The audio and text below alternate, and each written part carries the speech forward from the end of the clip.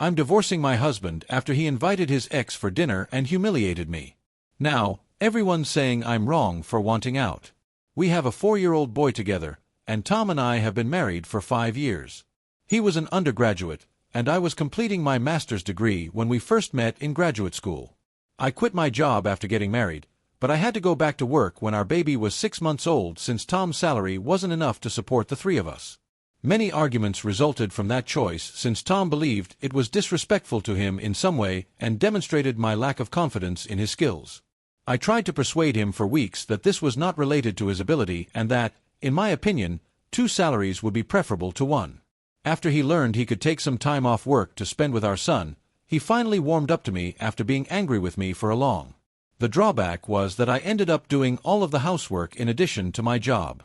Tom says his job is more physically demanding than mine because he works as a personal trainer at a nearby gym. He believes that since I work from a desk, I should take care of the majority of the housework. Despite working longer hours, he said, home chores shouldn't be too taxing for me because I don't perform much physical activity at work. We had agreed when I first started working that he would assist with at least some duties, but every time I returned home, the job was only partially completed. He often claimed to be too tired as an excuse. We would argue about it all the time until I finally gave up on trying to get him to do his share. To prevent the frequent conflicts, I started taking care of everything myself. I started smoking because I was so stressed out. Tom also made fun of me for this, claiming that I was merely attempting to flaunt my level of stress. In addition to enduring Tom's constant criticism of my poor cooking, which was mostly his fault because he never assisted with meal preparation and I had to juggle everything between work and other responsibilities, I had been living like this for the past few years. Knowing that leaving would have an effect on our son's life, I stayed solely for his sake. I finally gave up and hired a maid last year, covering her money out of pocket. Tom continued to make fun of me because he believed it was a reflection of my poor housekeeping abilities. He was often contrasting me with his mother, his aunts, and other women he knew who had no trouble juggling work and home. He would simply laugh it off and tell me to calm down because it was only a joke, even though I would counter that these women most likely had supporting husbands. I would be much more enraged by that. We would occasionally have fun together, but the times he would irritate me were what I remembered, and I had been thinking about getting a divorce for a while. When Tom brought his ex-girlfriend Lucy, 28F, home for supper last week, I finally lost it. His high school girlfriend Lucy and he dated for nearly 6 years before splitting up because they were attending different universities. The first time he saw her was at the grocery store. She had just moved into our area and had asked her over for supper without even asking me. Even after our marriage, Tom's friends would frequently bring her up and make fun of him for it, so I knew these two were quite the item in high school. However, that didn't prepare me for his overly pleasant and flirtatious behavior during dinner. He was clearly attempting to irritate me, and it was succeeding. That was the second strike. Then the third strike. He began making jokes about what a messy housewife I would be and how fortunate I was to have my career as a justification. Otherwise, he wouldn't be able to explain to any of my guests why I'm such a bad cook. Because Lucy is a stay-at-home mother of 2 girls, he continued making jokes about how much better she was at everything than I was. He joked that I would never be caught doing anything like that after telling me that Lucy was actually at the grocery store purchasing ingredients for a French dish she intended to prepare for her husband. It made them both laugh a lot. He also mentioned my smoking, claiming that I was only trying to flaunt my stress levels, much like Lucy, who was flawless at everything. I was fighting back tears by that point, but I chose to smile through it all because I didn't want Lucy to get the pleasure of seeing me cry. I decided to leave after serving them ice cream for dessert because it was an embarrassing experience. I waited until Tom went to bed that evening. This was an odd because I typically clean the dishes at night and don't go to bed until he's sleeping. I packed some clothes and other essentials for our son and myself, booked a cab, and went to my parents' place as soon as he started snoring. By the time I arrived, it was almost midnight. I started crying as soon as my mother opened the door and I attempted to explain. My youngster, who was irritable and perplexed, started crying as a result. Since I wasn't sure whether Tom could take good care of him while I was away and I didn't want to leave him to find out, I had to bring him along. Without asking, my parents took us in, and when they put my son to bed, I was at last able to collect myself and tell them everything. Tom called me in a hurry the following morning to find out where I was. The worry in his voice vanished and he burst out laughing when I told him the truth and announced that I was going to file for divorce. He advised me to just come home and stop the turmoil.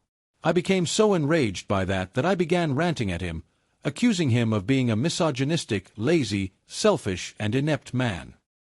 He finally appeared to get that I was serious when I told him that I would rather be single for the rest of my life than return to him.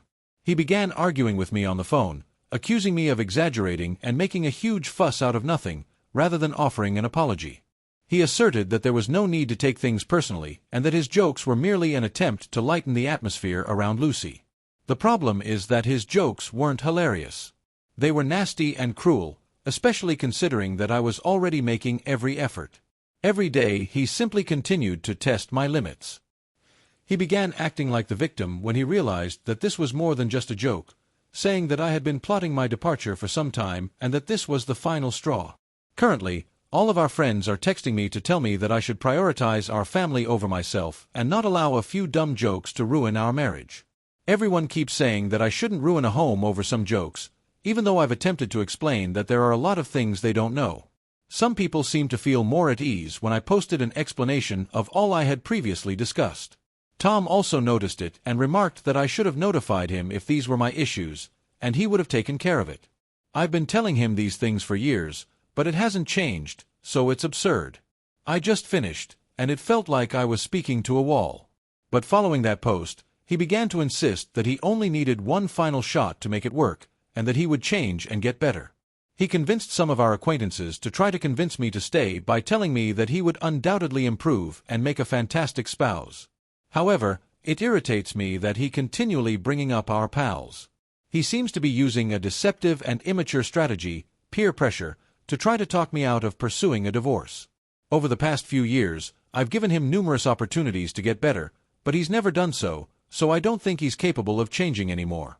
Even if I stayed right now, I'm confident that he would attempt to make a sincere effort for a few months before reverting to his previous conduct. I'm tired of being a single mother even though I have a spouse, and I'm not getting any younger. He's hardly the ideal role model for our son, aside from anything else. I most certainly do not want my son to grow up in a home where Tom's kind of behavior is accepted. For the sake of my son, I stayed with him for a very long time, and now I'm leaving him for the same reason. I filed for divorce 2 days ago, and he was served today.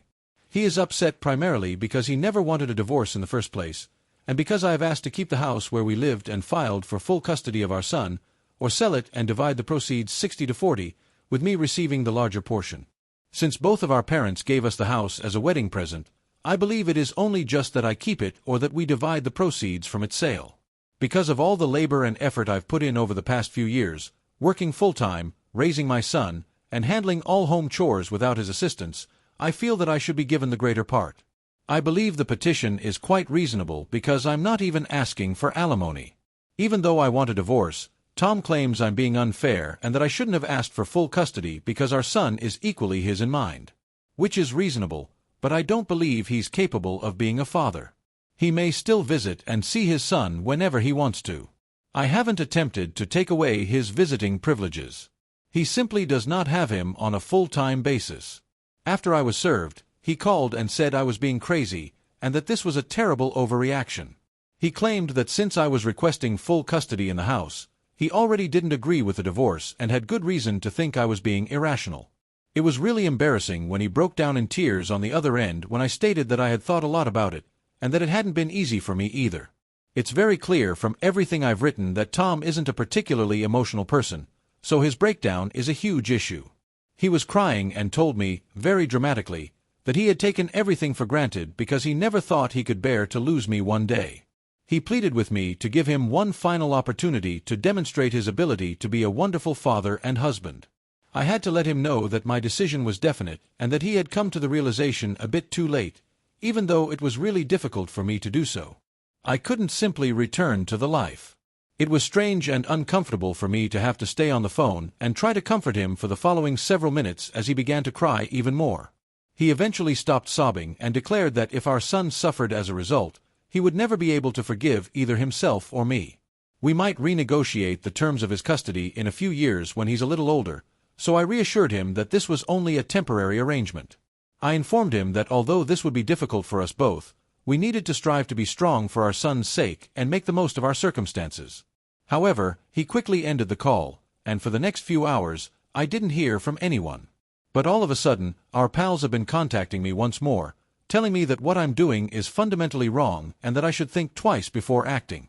They're arguing that rather than being so heartless and self-centered, I should give it some thought since Tom is pleading for one more chance. It was only a handful at first, but now it's almost everyone we know, and I'm beginning to seriously think about changing my mind because I might be the bad guy here. I have no idea anymore. Since my husband doesn't assist me, am I the jerk for requesting a divorce and full custody of our son? Hello, following a very hectic week, I'm back with an update. My lawyer and I have been getting ready for the talks. For the divorce settlement and custody dispute, Tom and I will first meet with a mediator appointed by the court. The actual divorce process doesn't worry me too much, but I'm quite anxious about the custody dispute. Everyone keeps saying that my desire for full custody is absurd, but they don't see the big picture. Our son spends more time with me and always has, so I know he favors me. We all know that's not how kids operate, but Tom has always attempted to build a relationship with our son just on his terms. Observing Tom's abrupt change into a worried father has been one of the most annoying aspects of the previous week. He has been making false claims on social media about how much he misses his son, and how unfair it is that he is unable to see him. He hasn't attempted, but he is welcome to come at any time. These posts have been reposted by a number of mutual acquaintances who have added their own remarks about what a loving parent he is. The truth is very different. Even our son's daily schedule, preferred meals, and allergies are unknown to Tom. He called us only recently to inquire if our youngster still enjoys dinosaur-shaped nuggets. Due to his current space-themed food obsession, our son hasn't had those in more than a year. These minor details cast doubt on his capacity to serve as a main caregiver. Given that I have been actively involved in our son's life while Tom has only occasionally done so, my lawyer believes we have a solid case. Everything from the doctor's visits I've taken our son to, the parent-teacher conferences Tom has missed, and the daily schedule I've kept up while working a full-time job are all being documented. The financial side of things is a complete disaster. Some preliminary documents were sent over by Tom's lawyer, who was disputing my request for the house. They contend that it ought to be divided equally because it was a wedding present from both families. Conveniently, they fail to mention that I have been responsible for all of the upkeep, fixes, and upgrades throughout the years. The incessant barrage of messages from people who hardly understand our predicament is what's truly getting to me. Even some of Tom's gym patrons have contacted me to express their sadness and to tell me what a wonderful man he has always been. They seem to be living in a different universe where having a charming personality at work inevitably translates into being a good spouse and father. My mother-in-law's response has been the most unexpected development. She genuinely phoned me to let me know that she understood my decision, in contrast to the majority of our friends who have sided with Tom. She disclosed that during the early years of their marriage, she and Tom's father experienced similar problems, but she decided to stay and try to resolve them. I could tell how that worked out for her just by the resignation in her voice as she stated those words. All of this has been made possible by the tremendous support of my own parents. When I need to meet with lawyers or take care of paperwork, my mom has been watching our son while my dad helps me manage my financial documents. I've come to appreciate how alone and unsupported I felt in my marriage thanks to their assistance. To be honest, there have been occasions when the tension has been too much to handle. For the first time since I moved out, I found myself reaching for a cigarette last night, but I restrained myself. I came to the realization that my smoking was not a necessity, but rather a result of my marital dissatisfaction. You get clarity in these moments, which is odd. Late at night, Tom has begun texting me lengthy texts that range from tearful pleas to irate accusations. He mentioned in his most recent message that he has been learning how to properly do washing and cooking by viewing tutorials. If it weren't so depressing, it would almost be humorous. At the age of 28, he is only now choosing to develop these fundamental life skills. Screenshots of Tom's private social media posts, in which he offers his perspective, have been sent by several mutual acquaintances. He presents himself as a loving spouse who was taken by surprise by a wife who had never expressed her displeasure. People are accusing me of being cold-hearted and speculating that I may be experiencing a midlife crisis in the comments section. That one made me laugh. It seems like I'm already experiencing a midlife crisis at the age of 35. My lawyer told me not to react to any of these provocations, but to record everything. She claims that when he engages in this type of deceptive behavior in public, it actually helps our cause. It's difficult to avoid feeling under attack from all sides, though. Observing how much more at ease our son has been since we relocated to my parents' place is the one thing that keeps me grounded. He appears to be happier overall in his eating and sleeping better. Naturally, he still inquires about his father, but he isn't as worried about it as he was when we all shared a home and things were tense. Next week is the date of my first mediation session. Even though my lawyer has prepared me for this, I'm still anxious. I'm aware that it will be a challenging process, because Tom's attorney has already stated that they intend to vigorously oppose the full custody request. Every day that goes by makes me feel more certain about my choice, even with all the pressure and second-guessing from others. I've been reminded of what a supportive home is like by living with my parents. For the first time in years, I'm getting enough sleep, and I'm beginning to recall my former self before I got so caught up in trying to make an impossible scenario work. As we begin the legal proceedings, the upcoming weeks will be critical. After the mediation session, I'll provide another update, but for now, I just wanted to express my gratitude to everyone who helped me with my first post. When I was most doubting myself, your remarks kept me going. Update 2. Tom paid us a visit at my parents' house today. Since my last update, which was a week and a half ago, I must admit that I was terrified of this encounter.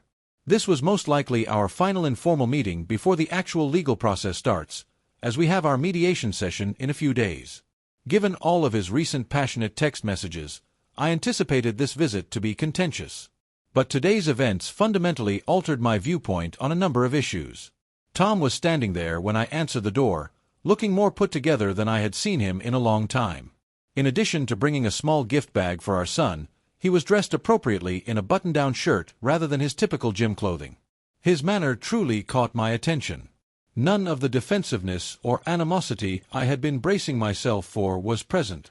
Even when we were married, he seldom ever engaged in small chat with my parents.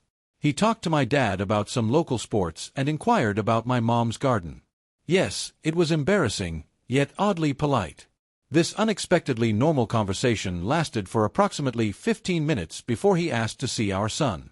It took me a bit to answer because the way he asked, not demanded, but asked, was already so different from how he usually behaves. When we entered the living room, our son was playing. His whole face brightened when he spotted Tom. "Daddy," he yelled, dropping his toys and sprinting directly into Tom's embrace. I saw their contact from the doorway. When I brought up our son's new space passion in the custody documents, Tom brought a new puzzle, one with spaceships, demonstrating that he had genuinely listened.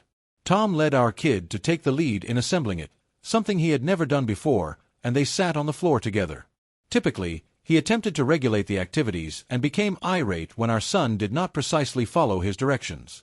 Hearing Tom inquire about our son's day, his daycare pals, and his favorite aspects of living at Grandma and Grandpa's place truly got to me. He truly listened to our son's meandering responses about the treehouse in the backyard and the neighbor's cat. I had never witnessed him interact with our son in this way and all the years we had been married. At one occasion, our son began to tell Tom about how I prepare rocket-shaped sandwiches for him. Previously, Tom would have made a snarky remark about my culinary abilities, but now he wanted our kid to show him how. Our son took his father's instruction on how to properly assemble a rocket sandwich extremely seriously, and they spent the next 20 minutes in the kitchen. Our son's question about when he may see his father again was the true turning point. I was struck by the hopeful expression on both of their cheeks. Tom didn't try to control the situation or make demands right away. He simply stared at me while he awaited my answer. When it was time for Tom to leave after they had finished playing, our son gave him a big embrace and invited him to return the next day. Tom gave me a curious look, and before I had given it much thought, I found myself nodding. Before Tom went, we had a little conversation at the door. He admitted that he had been a terrible father thus far, without displaying his customary defensiveness. He acknowledged that he realized how much he had missed by not being more involved after witnessing our son's growth and transformation in only these few weeks. Even though he couldn't be a better husband, he assured me he was willing to learn everything he could to become a better father. He said he had been attending parenting classes 3 times a week and had hired a nanny to teach him how to properly care for children. Not to gloat, but to show me that he was serious about this, he displayed the diplomas on his phone. He didn't make any lofty claims about changing or try to get me to return.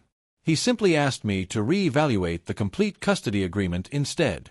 He proposed that we arrange a timetable that would allow him to demonstrate his ability to be a responsible parent without interfering with our son's daily routine. I phoned my lawyer after he departed. The following paragraph is logically separated and punctuated. I informed her that I would be willing to talk about a joint custody agreement and that I no longer wanted to pursue full custody. She brought up all of the records we had collected demonstrating Tom's prior lack of involvement, but I told her that even if he hadn't been a good husband, I needed to give him an opportunity to improve as a father.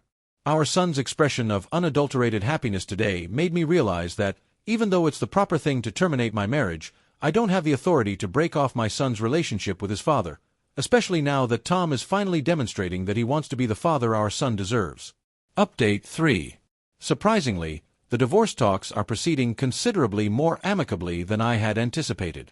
Tom and his attorney have been extremely helpful, which I believe is his way of expressing regret for his previous actions. Our son's custody arrangements are still being worked out verbally and informally, but we're thinking that he should spend half of the month at his dad's house and the other half at mine. Actually, we're doing just that at the moment. In a few days, my son will move in with his father.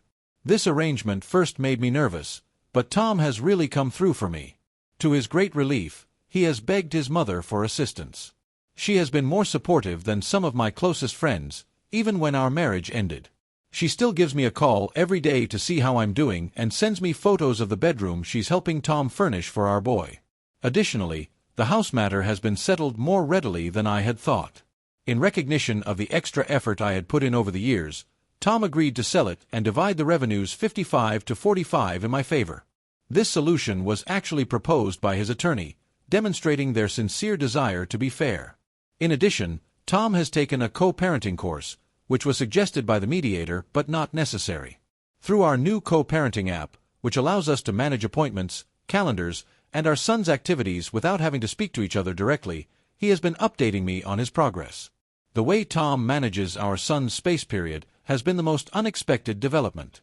His apartment's spare room has been converted into a miniature planetarium, complete with ceiling-mounted glow in the dark stars.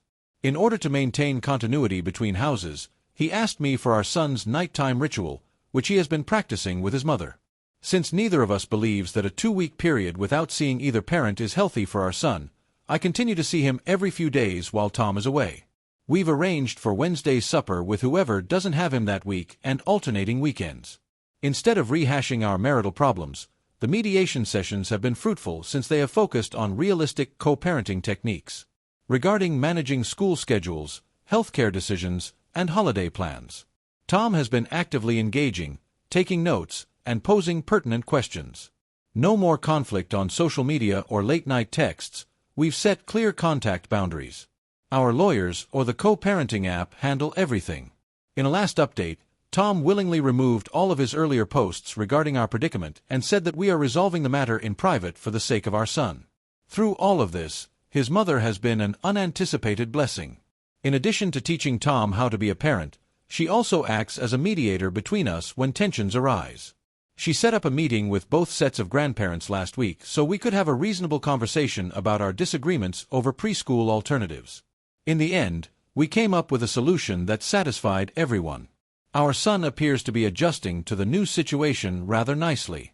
Although we're attempting to keep things somewhat consistent by bringing his favorite stuffed animals with him when he had 2 sets of toys. Without showing any signs of concern, he stopped asking when we were returning home and instead talked about mommy's and daddy's houses. Our lawyers are taking care of the financial matters expertly. With explicit instructions on how much each of us will pay and how the funds may be utilized, we are creating a joint account especially for our son's costs. Tom proposed this on his own because he wanted to make sure that our financial obligations as co-parents were transparent. We have a thorough parenting plan that addresses everything from medical choices to education. Even instructions on how to manage future relationships have been included, such as meeting any possible new partners before presenting them to our kid. I am aware that there are still obstacles in our way. This is only the start of our co-parenting adventure, and there will surely be setbacks. However, for the first time since it all started, I have genuine hope that we will be able to prioritize our son's needs and cooperate as parents, even if we are unable to cooperate as spouses. The most important thing is that my son is happier than I have seen him in months. Both Tom and I now realize that letting go of the previous hurts is less essential than becoming good co-parents. I'm glad we were able to come to an agreement that prioritizes our son's welfare while still enabling us to have deep connections with him. I appreciate all of your help and guidance during this trip. When I was having self-doubt, your advice kept me going and helped me make choices that would benefit my son and myself. This community has been an amazing source of insight and strength.